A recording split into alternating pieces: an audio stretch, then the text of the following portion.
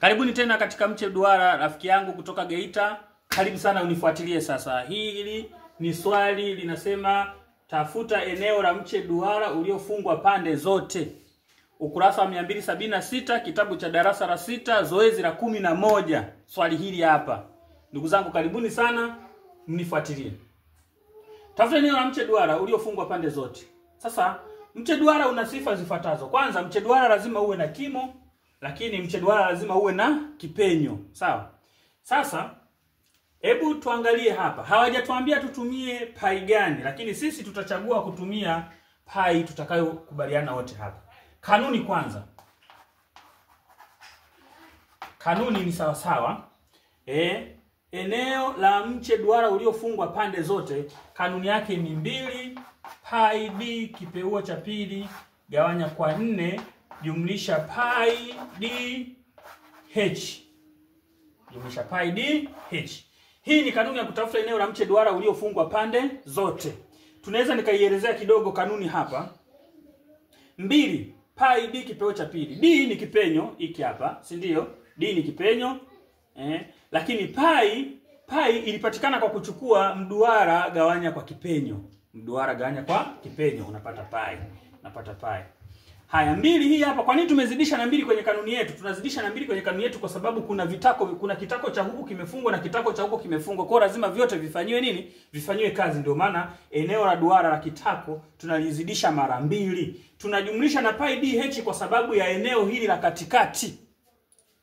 Kuna mtu aliniuliza kwamba kwa nini unajumlisha na pai na pai dh, ndugu rafiki yangu kutoka Geita. Tunajumlisha na pai dh kwa sababu ya hili eneo la katikati. Pai d kipeo cha pili gawanya kwa 4 ni eneo la duara la huku na la huku. Tunazidisha mara 2 kwa sababu ya maduara haya mawili yote yamezibwa, kwa lazima tuyafikie. Tunajumlisha na pai dh kwa sababu ya hili eneo la katikati.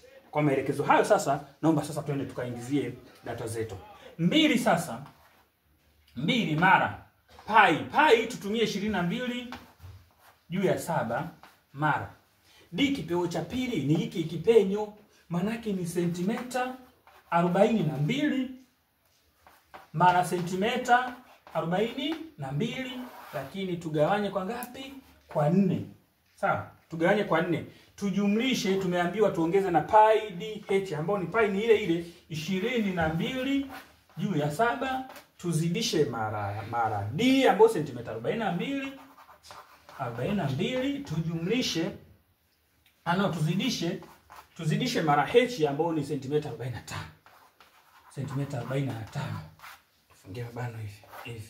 Na hii huyu anaenda na huyu hapa. Sasa hebu turahisishe sasa. Turahisishe. Tunaweza tukaanza kwa 7 hapa 1, kwa 7 hapa tukapata 6. Sawa, tunaendelea kurahisisha.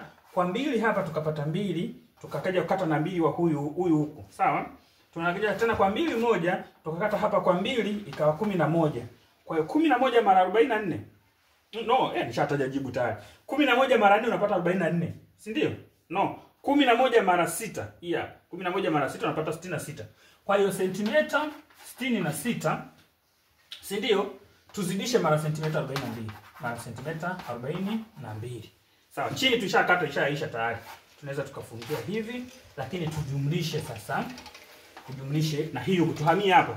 Tukate kwa 7, 1 kwa 7 inakuwa 6. Sawa.